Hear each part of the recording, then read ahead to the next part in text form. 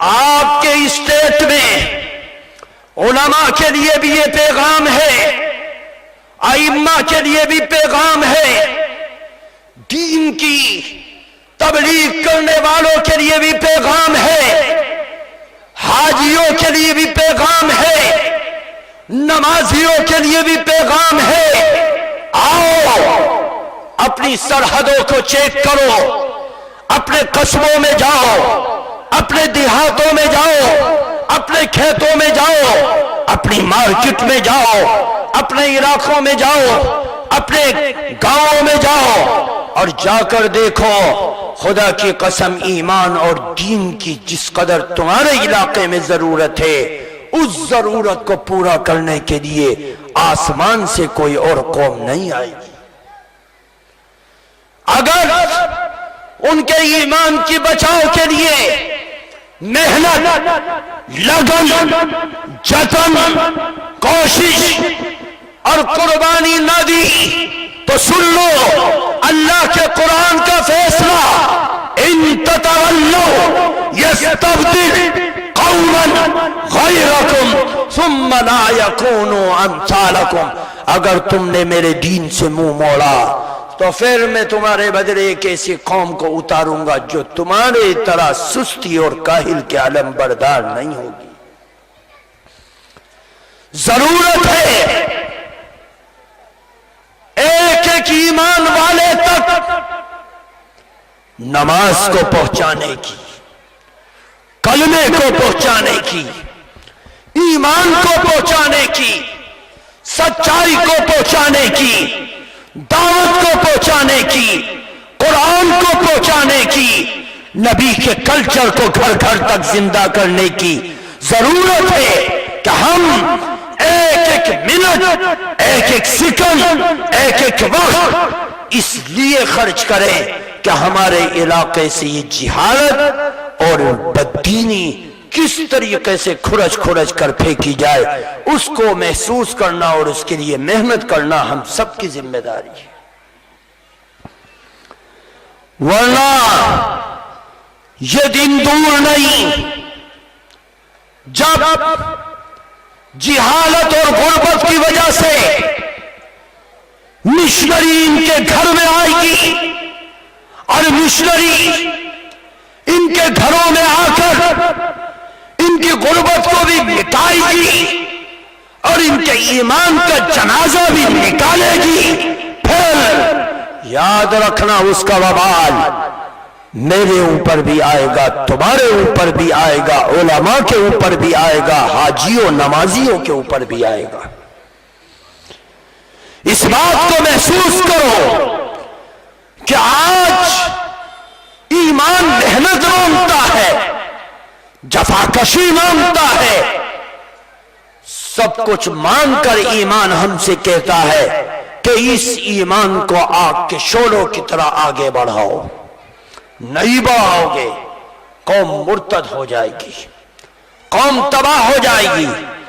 آج کی دنیا جھوٹ بول کر، بے ایمانی کر کے، ظلم کر کے، بے حیائی کر کے، بددینی مچا کر انسانیت سے پرے کی بات کرتی ہے۔ آج انسان جانور کی شکل میں ہو گیا، ہم اس چیز کو محسوس کرتے ہیں۔ ابھی مغرب کے بعد جب ہم آ رہے تھے، ایک ڈیبیٹ چل رہی تھی بچوں کی، اس کی کچھ اجزاء ہمارے سامنے آئے۔ ہم کس کی بات کر رہے ہیں؟ کس ہندوستان کی بات کر رہے ہیں؟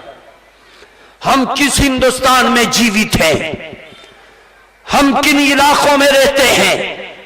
یہاں کی بھاشا، یہاں کا کلچر، یہاں کی انسانیت جانوروں سے بھی بدتر ہوتی جا رہی ہے۔ انسان جھوٹ بولتا ہے اور اتنا جھوٹ بولتا ہے کہ اتنا جھوٹ بولو کہ جھوٹ بولتے بولتے بولتے بولتے دنیا اس کو سچ سمجھ لے۔ آج میڈیا نے ہندوستان کو برباد کر دیا، یہاں کی گنگا جمنی تہذیب کو، یہاں کی محبتوں کو، یہاں کی پرمپراؤں کو یہ بنگال نواب سراج الدولہ کا بنگال ہے جس کے سپہ سالار ہندو مسلمان سب تھے، جس کی فوج کے کرنل اور جنرل سب تھے، اور سب ملک کے لیے، قوم کے لیے، اسٹیٹ کے لیے، علاقے کے لیے، دھرتی کے لیے ظلم کے خلاف برسرے پیکار سیسا پلائی ہوئی دیوار بن کر کھڑے تھے۔ آج 1100 سال کی پرمپراؤں کو آگ لگانے کا ٹھیکہ میڈیا کو دے دیا ہے، اور یہ media, electronic media, social media, print media ملک کو آگ لگانے کے دور پہ ہے، اور ملک آگ کی طرف جا رہا ہے، اور ملک بربادی کی طرف جا رہا ہے۔ کوئی بعید نہیں کہ ملک میں کب آگ لگ جائے۔ میری بات کو کڑوی مت سمجھنا، لیکن میرے بولنے کا مقصد صرف اور صرف یہ ہے کہ ہوشیار باش، ہوشیار شمع، جو ہوشیار رہے گا مار نہیں کھائے گا۔ ہوشیار رہنا، غفلت میں مت مارے جانا، اپنے گھروں کے کلچر کو درست کرو، اپنی پرمپراؤں کو درست کرو، مذہب کا بھید نکال کر انسانیت کے آدھار پر، انسانیت کے راستے پر، انسانیت کی بنیاد پر انسانیت کے علم بردار بن کر اپنے اور پرائے سب کو گلے سے لگانے والے بنو، جیسے عمر بن خطاب کا بیٹا عبداللہ بن عمر رضی اللہ تعالی عنہ بوڑھے ہیں، آنکھوں کی بینائی چلی گئی، گھر میں گھر والے کھانا لگا رہے، کھانے میں سے خوشبو اٹھ رہی، کچھ کہا آج کیا بنایا ہے؟ کہا آج یہ بنایا گیا، سرید بنائی گئی۔ کہا اچھا اس میں سے خوشبو اٹھ رہی، سنو یہ بتلاؤ کہ تم نے میرے گھر کے پڑوس میں جو یہودی رہتا ہے اس کے گھر میں یہ کھانا پہنچایا یا نہیں پہنچایا؟ گھر والوں نے کہا کہ آپ کھا لیجئے، پہنچا دیں گے۔ کہا نہیں، میرے سامنے سے اٹھاؤ، سن لو، جب تک نوالا میرے پڑوس میں رہنے والے یہودی جو مومن نہیں ہے، مسلمان نہیں ہے، قرآن والا نہیں ہے، کلمے والا نہیں ہے، محمد والا نہیں ہے، ایمان کا محبت کرنے والا نہیں ہے، کون ہے؟ حضرت عزیر علیہ السلام کو ماننے والا ایک امتی ہے، یہودی ہے، کتابی ہے، جس کے دین کو منسوخ کر دیا گیا، وہ ہے۔ کہا میرے منہ میں نوالا نہیں جا سکتا جب تک کہ میرے پڑوس کے گھر میں رہنے والے یہودی کے منہ میں نوالا نہیں چلا جائے گا۔ گھر والوں نے اپنے آپ کو مجبور سمجھ کر پہلے وہاں پڑوس میں بھیجا، اور بھیجنے کے بعد آیا پیغام کہ ہاں اس نے کھانا کھا لیا، تو پھر نوالے توڑے، اور توڑ کر اللہ کا شکر ادا کرتے ہوئے اپنے منہ میں ڈالا۔ یہ ہے انسانیت جو اسلام سے وراثت میں ملی، کلمے سے وراثت میں ملی، نبی سے وراثت میں ملی، قرآن سے وراثت میں ملی۔ آؤ انسانیت کو، اس انسانیت کو زندہ کرنے کی ضرورت ہے، تاکہ ظلم پھیلانے والے مجرموں، فاسق کا جرم زمین میں دفن ہو کر رہ جائے۔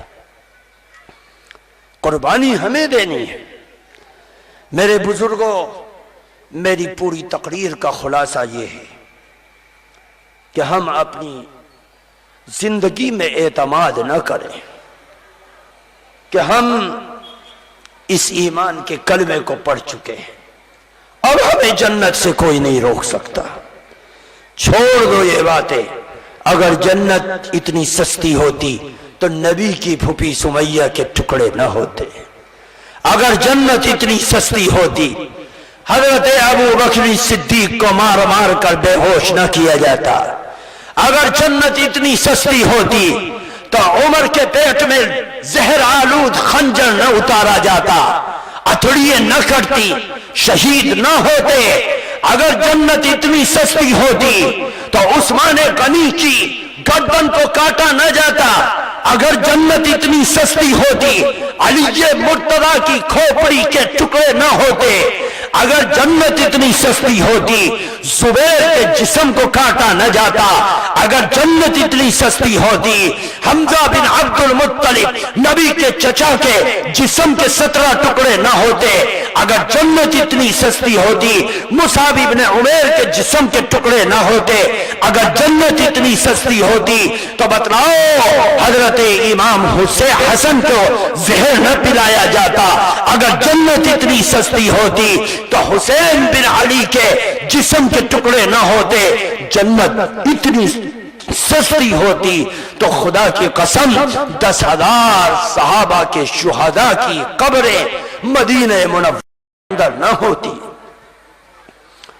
آؤ یاد رکھو جنت بڑی مہنگی ہے، اس مہنگی چیز کو حاصل کرنے کے لیے قربانی کی ضرورت ہے، اور قربانی کا میدان یہ بنگال کی کھاڑی ہے، بنگال کے دیہات ہیں، بنگال کے علاقے ہیں، بنگال کے بیابان ہیں، بنگال کے محلات ہیں، بنگال کی گلیاں ہیں، بنگال کے چوک چوراہے ہیں۔